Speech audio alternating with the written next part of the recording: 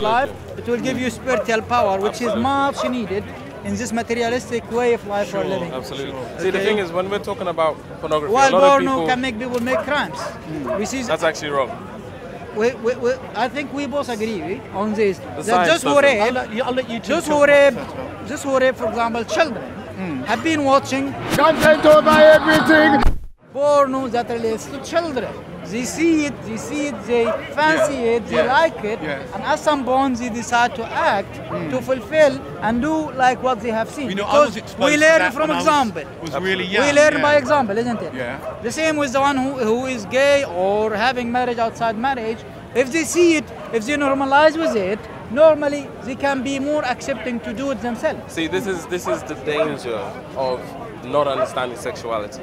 And conflating sexuality with religion. Well, it's not. It's not. How we are about because I'll give you an example. You relate to me that watching pornography supposedly increases your likelihood of crime, right?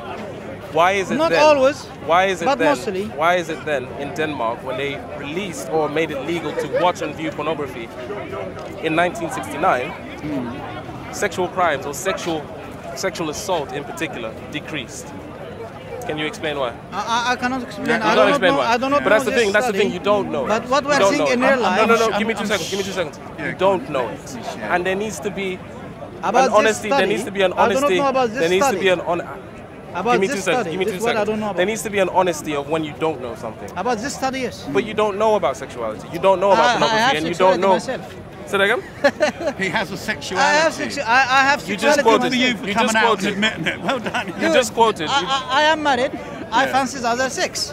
I'm not denying it. That's not sexuality. I have children as well. Do you have children? You have children. Yeah. So, and you are the same as me. Yes. You have sexuality or not? Yes. Okay. I'm trying to repress it as much Having as I can. sexuality. But I mean, sexuality means natural feelings that you desire the opposite sex. But I'm a believer. I do it only through marriage. Sure. Okay, that's what I'm saying. So, are you going to carry on? Are you just going to carry on deliberating in a circle? We are friends. I understand. I understand, but it's very important. We are not in a debate, you know. It's very important, right? You do not speak on things that you do not know about. It's very important. Like what you're talking about? Like I said, sexuality. Right now, you said. Sexuality right I know now, about. Give me 2 seconds. Right now, you just said I have sexuality. Right? What I said is you do not understand sexuality. There's a big difference. Can you explain them? I'll give you an example. Please. You just said people who supposedly, or young children who watch pornography or whatever, they'll go outside of marriage, or they'll be gay, etc. That has nothing to do with watching pornography. It has nothing to do with pornography. So we do not learn by example, you're saying? So gay people have always existed. Do we learn by example or not? Gay people have always existed before pornography, so I don't know where you're getting this idea. My question, do we learn by example? We do. Thank you. If the child watches pornography, is this education through example for him or her? I could give you first-hand testimony of that. When I was about 6, I used to hunt around the house and I found some German hardcore pornography, and I would only be about 6. And at the time, the pictures kind of developed in my mind, but they didn't mean a lot. But when I hit puberty, every single one of those images was crystal clear, and it propelled me into a path of really defiled perversion, because those pictures, because basically I'd abused myself, or I'd been abused by having access to this pornography, and it took me so long to finally wrestle that off me. It actually became a defining part of me, and when you live in a society where the pursuit of deep moral sin is part of what everybody does, and you talk about it and you laugh about it and you share things you shouldn't share that you did to people and all of the rest of it, becomes totally defiling and consuming, that it can get your spirit to the point where you don't even want to live anymore. So I can tell you that children who are exposed to pornography go on to develop a whole host of other things, self-destructive, etc., etc. So I'm an advocate for leaving children well alone. Well, here's the thing. I would not advocate children watching pornography, because as the science, the legality, as I've just explained in particular, shows that children in particular don't have the concept of context, right? They don't understand that there's consequences, they don't understand that there's consent, they don't understand these things that adults have been told. And this is why we have an age of consent. People do not understand that. Loads of people will put around loads of myths because this is what they've been taught to believe via religion, right? But there's an actual education and academia behind a lot of this, and we need to understand the reason, the logic and the rationale before we start making decisions. Now, in particular, when we're talking about children who are exposed to pornography in particular, I can't really find any studies or any kind of like, what's the word? Data? Data behind that, or any kind of like negative data behind that. No positive either, but no negative. Let me finish. That. I should. Yeah. But you said you will ban your own child. The amount of you can ask demonizing questions. No, I'm not. No. You can said ask. earlier, You can ask dogmatic allow questions. your own child for it. That's fine. You can ask dogmatic questions. You're not when doing I start asking you questions about what you know, I hope you can answer. Yeah? I will, Rajiv. Brilliant. I do have good feelings towards you. I'm not hostile. I'm not being negative at all. But I'm challenging your ideas. That's fine. what I'm doing. I'm challenging your ideas as well. That's fine. You're the only one who seems to be taking it personal. So when we're talking about studies in particular, a lot of people seem to be upon this myth that if a child watches pornography or whatever, he will possibly eventually do X, Y, and Z. They want to act it out. Now, the problem is that children are not meant to be exposed to pornography, right? Your finding pornography was a circumstance of not terrible parenting, but just neglect, right? Someone left a magazine somewhere, but that wasn't intended for you. This is why we have it wasn't a rat trap with cheese ready to get me. He's gone. Of course he's gone. But this is why we have top shelves. This is why we have... Please click here if you're 18 or not. This is the reason we have these. These are meant to be safeguards, right? That stop children from viewing and seeing these things. Because the whole point is that... I've often wondered why, Rajiv.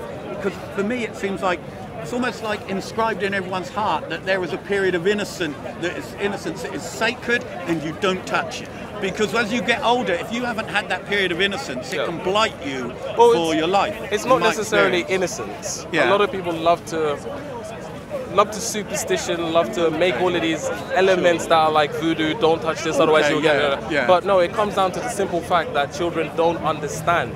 And them recreating these actions, right, will lead to them later on in life having psychological problems because they realize that they may have done something wrong, but they didn't understand at the time.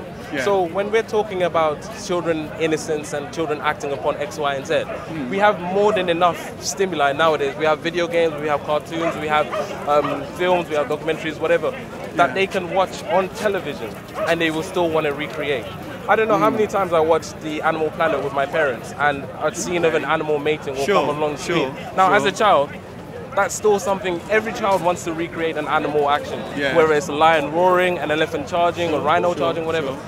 Every child wants to recreate something to find out what that is. So we have Tom and Jerry, which is, you know, jokes, but it's an excessively violent cartoon. But that's aimed at children.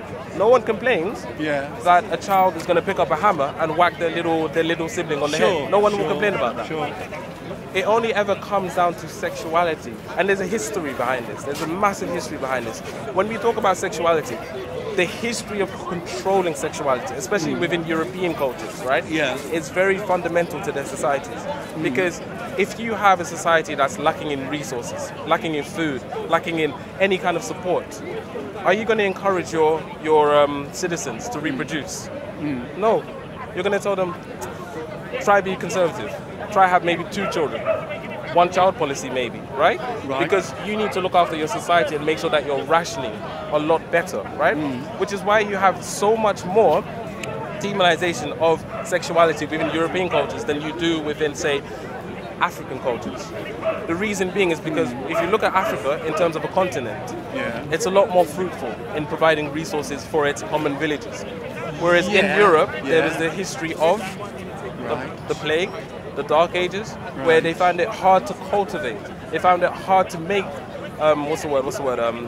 food, resources, all of that for themselves. And there was a time in Europe. Funny, yeah. I would suggest it's the opposite, because when it comes to resources and the time that you have spare, I mean, let's say if we're looking at hunter-gatherer societies, and for me it would seem the opposite. A hunter-gatherer society, it would be more restrictive, the sexual practices, because you would be working far harder. The hours in the day would be spent in gathering resources, while in the West, I mean, I don't know if you go up to after the Industrial Revolution, there was more and more spare time. So it's almost like the opposite. It should have been. That's after the Industrial Revolution. Pre-industrial. We're talking about pre-industrial revolution.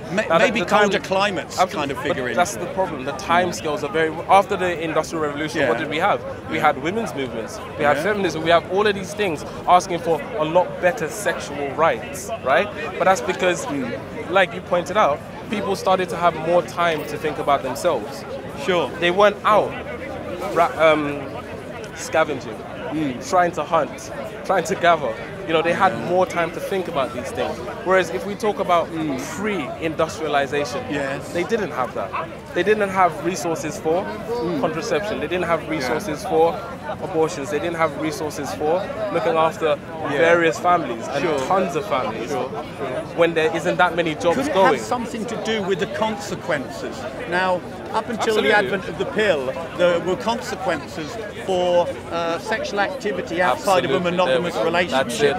So, generally speaking, the sexual act would be exclusively within that for protection, because otherwise you wouldn't have your mate who could then provide, etc., etc. But this is the thing. This is why we're in agreement. This is why religion, a lot of the time, is conflated with sexuality, because it's within that period that if you have a daughter, right, and a lot of the times, especially within European kind of like societies, it was about marrying up, right, to kind of maintain and improve the wealth of the family, the status of the family, and this is where a lot of European culture comes from. The ring, you know, the name, I love the it name, all. etc. For me personally, I love it. Maybe it's because of the culture. There's nothing wrong with it. It's just how it came about. There's no good or bad history. There's just over here with me.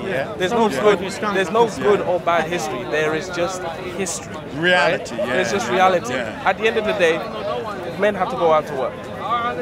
Women were at home, and sometimes they would go out to work, depending on whether you're middle class, working class, etc. Right? But if you're in a working class and you and your wife are finding it hard enough to provide for your family as it is, and your daughter goes out and gets pregnant to someone who's not going to be able to look after this child, probably going to run away, who looks after that child now?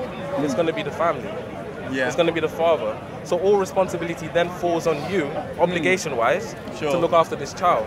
This is why the mentality of women's body being owned by men came about, because your daughter's pregnancy was, in a sense, your finance being taken away from you and being robbed, right? So this is where this very kind of like strict looking after female sexuality came in and really rose about within European culture. I would probably see it more as in safeguarding, because the ability for a girl to reject the sexual advances or predatory advances, the family had a huge role in the protection, the family unit of the young girl. And also there would be strategies put in place, call them religious ones, that would have eternal consequences for leaving this path, etc., etc.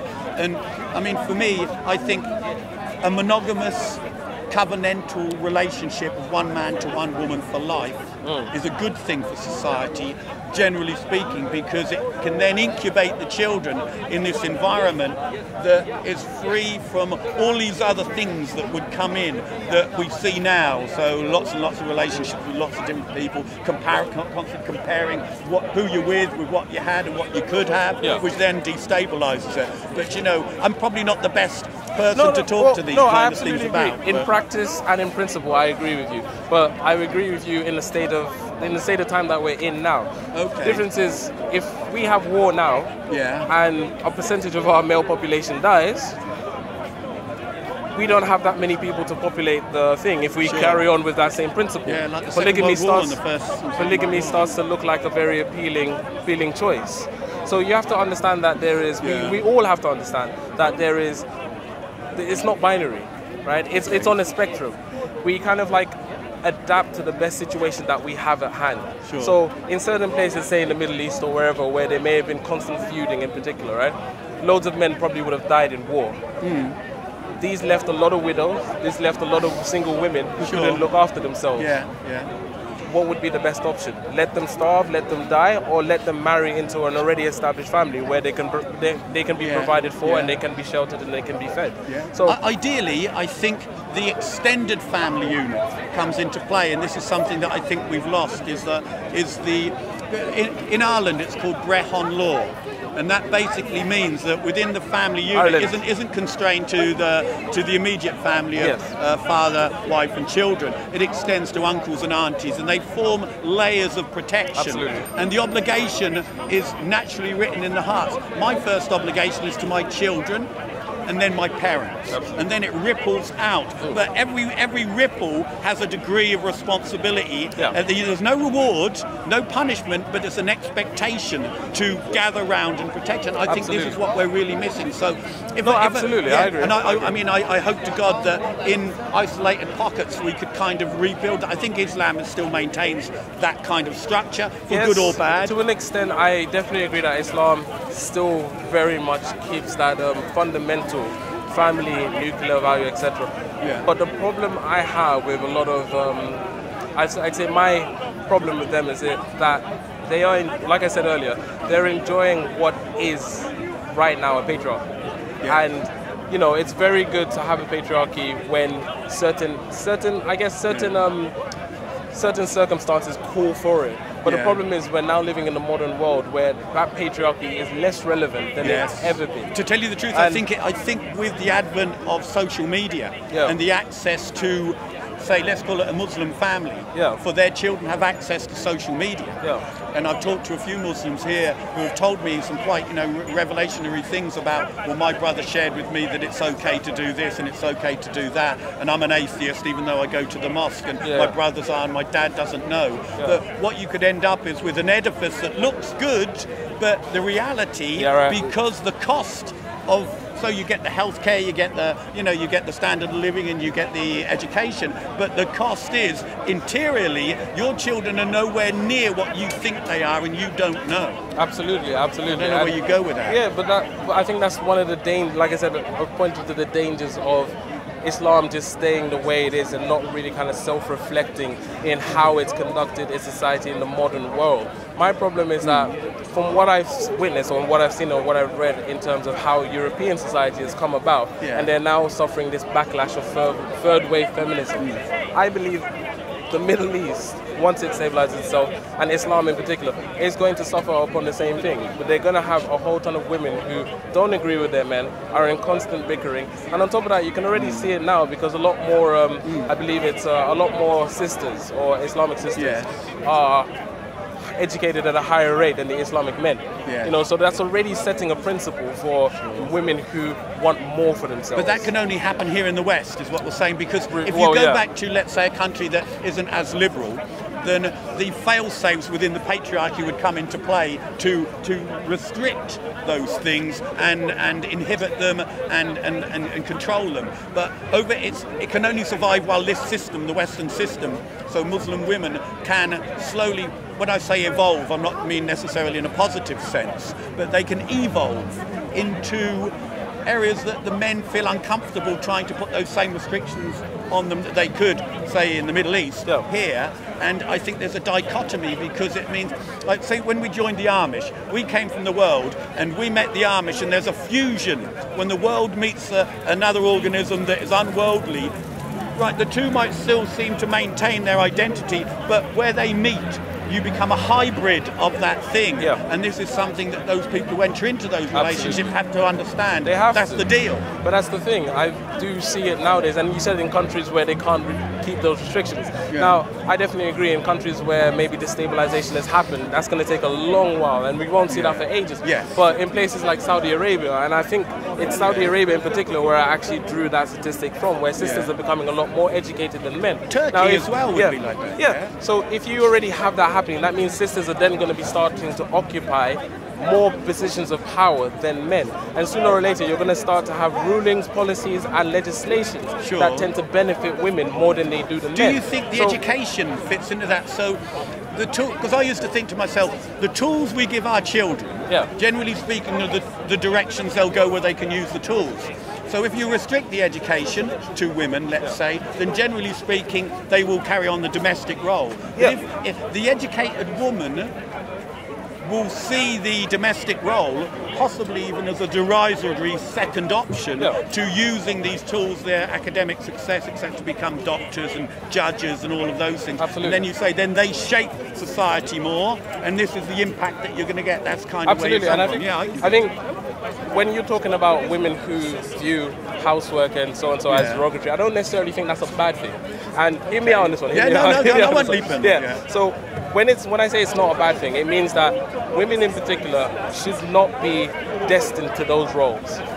in this society that we have nowadays. Because back in the day, the reason that they were supposed to destined to those roles was just a difference in physicality. Men were a lot more prone, or a lot more kind of like facilitated to going out and hunting, whereas this is another myth as well. In hunter-gatherer societies, it wasn't just the men. That's very nice.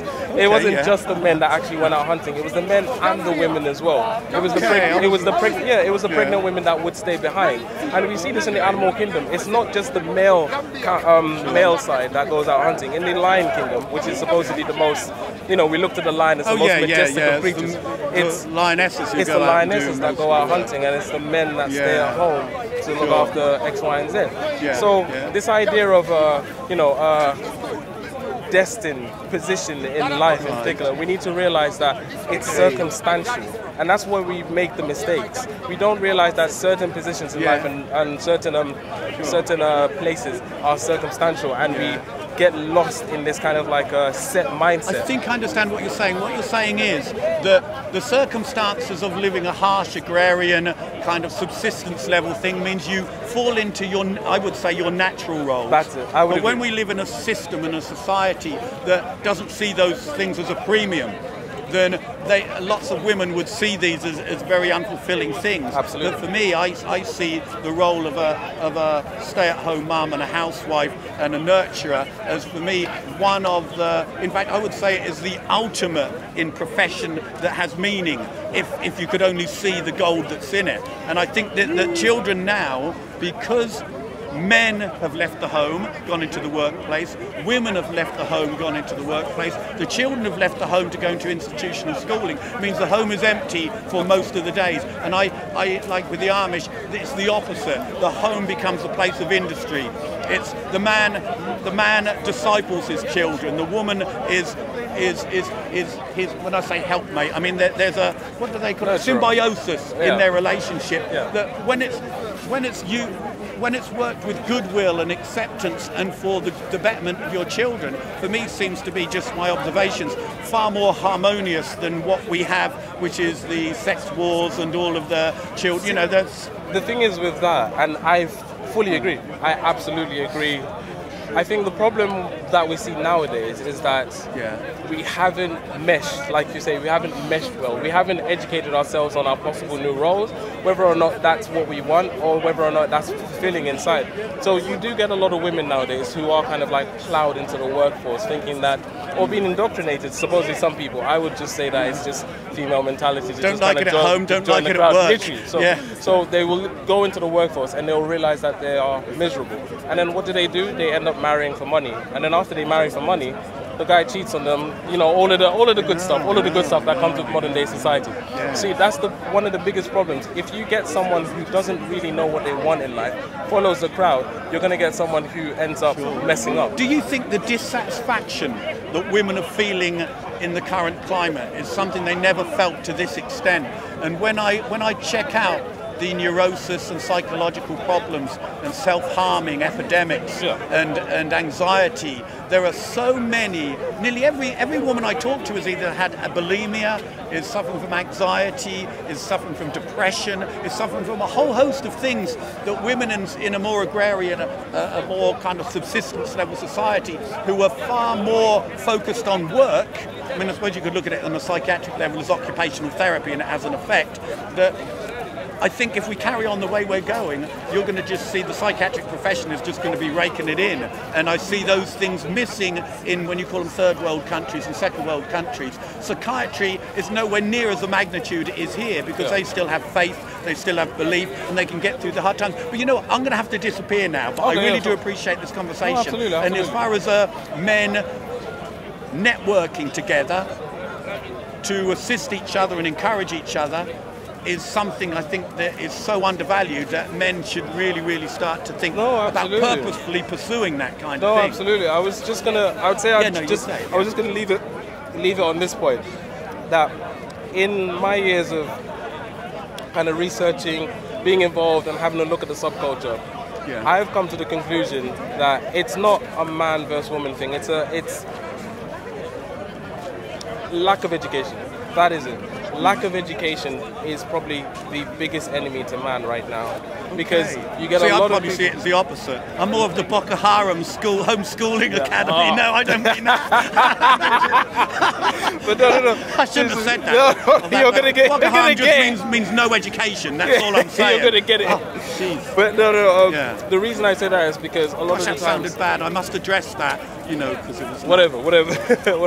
But a lot of the times nowadays, you get a lot of people that do come to this corner, and this corner should be a place where people who have really researched their topic, really kind of delved into X, Y, and Z, come to maybe throw out ideas, challenge each other, talk, and etc. But you get a lot of people who are specialized, and not even specialized, they won't even be specialized, they'll be knowledgeable in one subject, and they'll come here and want to kind of like pound it down, wherever the topic. And this is why you get a lot of... practice their techniques like in a judo thing. Absolutely. I'm going to mat you, and I'm going to get you to tap out, and I'm going to go to the next. And I'm doing taekwondo, and it's like, that's not the rules here. Sure. So I think that's one of the biggest problems. And when we talk about female and male interaction, I think it's miseducation is one of the biggest problems.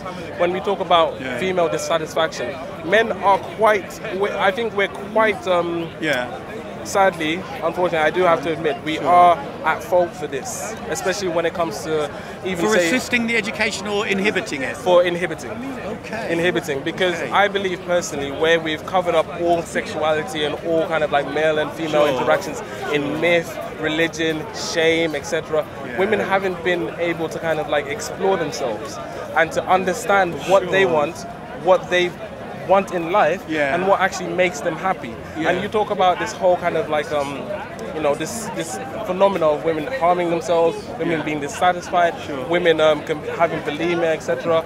A lot of this comes from the fact that a lot of them don't really know what they want in life, and because we have a culture that has systematically made them feel ashamed of certain aspects and certain elements that they can't explore. They don't really know what makes them happy. And this is the same thing with this is completely irrelevant. But they talk about the I don't know if you probably heard about this, but the orgasm gap. So it's this gap about how men know how and what pleasures them, but women do not. Now that's not a mystery. Yeah, that's not an enigma. That's not a mystery. It's because we have demonized female sexuality for the longest time, whilst men have had a very lax kind of restriction towards Probably sexuality. It's the getting pregnant has been absolutely. That's absolutely. been the inhibitor. Up until the advent of pill and wholesale contraception, there were limitations, natural limitations, because there were consequences. Absolutely. You remove the consequences, and I think for me, you see epidemic abortion, epidemic infidelity, divorce. I see so many social ills have come from the contraceptive mentality, including the objectifying of women. But can I just say this, just before I go, because I know that many women now, they don't know how to exist in the home, how to cook, how to budget, how to be thrifty, how to mend, how to keep the thing together. So when they're in an environment that they don't know how to navigate in, they feel so out of their place, they just want to get the hell out of there. Absolutely. While so many women, on the opposite, who, as they were girls, their mothers taught them not just how to survive, but how to thrive in the home and see it as a place of belonging and a place where the hand that rocks the cradle is the one that rules the world, that kind of thing, how to raise the next generation. I think if women's roles in the home were prized way beyond them being judges and psychiatrists and things, and said, you know what, you are doing a job far more important than me, who is the provider, because you're the one who is nurturing the next generation. And until women are given the approbation that they never got, 40, 50 years ago, and given the approbation and the confirmation that what they're doing is of a degree that is out of this world, why would a woman want to go into the home where it's just a place of strangeness and oppression, which they've been told? But Rajiv, I better go now. Anyway, look, God bless you, I enjoyed that. It's absolutely fine. It's absolutely fine. Are you off home? I'm going to go soon. I'm going to go and see if, do the rounds. Anyway, God bless you. I'll see you later. I'll see you later.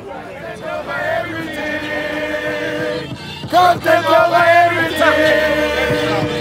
From your melody. Man, say it straight. Man, don't listen to BBC. Man, don't listen to ITV. Crazy. You gotta hold them crazy. good. Killing people is good. Killing people is good. How many people died in Iraq, in Iran? You look for me, you're gay, I'll be honest. Your father is gay. You look very gay for me. Your father is gay who brought you to life. I'm telling you, Soho is that way. You don't respect You're in the wrong place, so mate. This is England. You don't. England, we do everybody know England. Shake your hand, England. If you are a rich man, if you are a rich man. No, he says this is England.